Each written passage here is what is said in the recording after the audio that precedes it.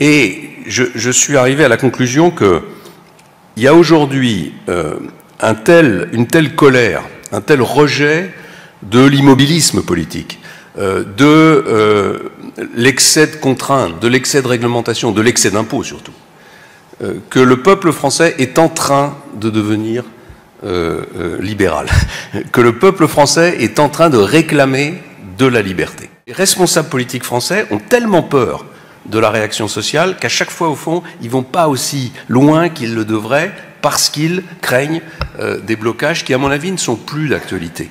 En réalité, les blocages aujourd'hui, les réactions sociales vigoureuses, elles sont surtout liées à l'absence de cap, à l'absence de direction, à l'absence de vision, à l'absence de volonté dans la mise en œuvre des réformes.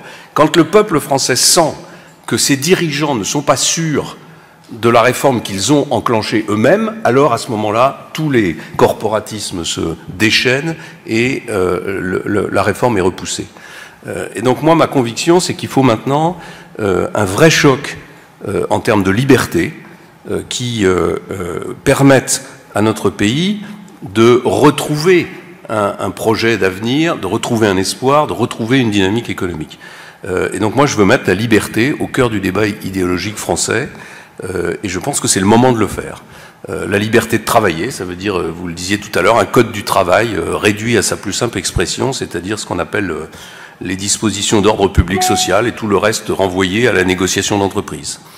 La fin des 35 heures définitive, avec la suppression de la durée légale du travail et le renvoi à la négociation d'entreprise pour les conditions de travail, avec le passage à 39 heures, lui sans négociation, enfin je veux dire sans négociation d'entreprise, de la fonction publique, pour permettre justement la réduction des effectifs, la réforme de la fonction publique, et pour redonner de l'espoir à des hommes et des femmes à qui on promet aujourd'hui 10, 15 ans ou 20 ans de gel de leur salaire. Le modèle a pour nom le vôtre, en tout cas la tenace et l'inflexible Margaret Thatcher. Elle a été encensée par les uns, elle a été critiquée par les autres, mais vaut mieux être surnommée la dame de fer que la dame de terre.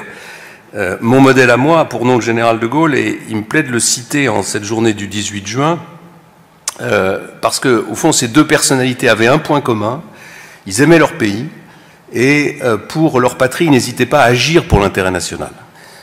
L'intérêt national ne se confond pas avec l'obsession de la popularité. Et je pense que ce sont deux caractéristiques qui rapprochent ces deux personnages si différents par ailleurs qu'étaient Margaret Thatcher et le général de Gaulle. Il n'est pas dans la hantise du court terme. L'intérêt national se fiche des idéologies. Au fond, seuls comptent les résultats qui permettent à un peuple d'être grand et d'être prospère. Et s'il faut pour ça travailler plus, s'il faut pour ça dépenser moins, s'il faut réformer davantage, alors il faut le faire.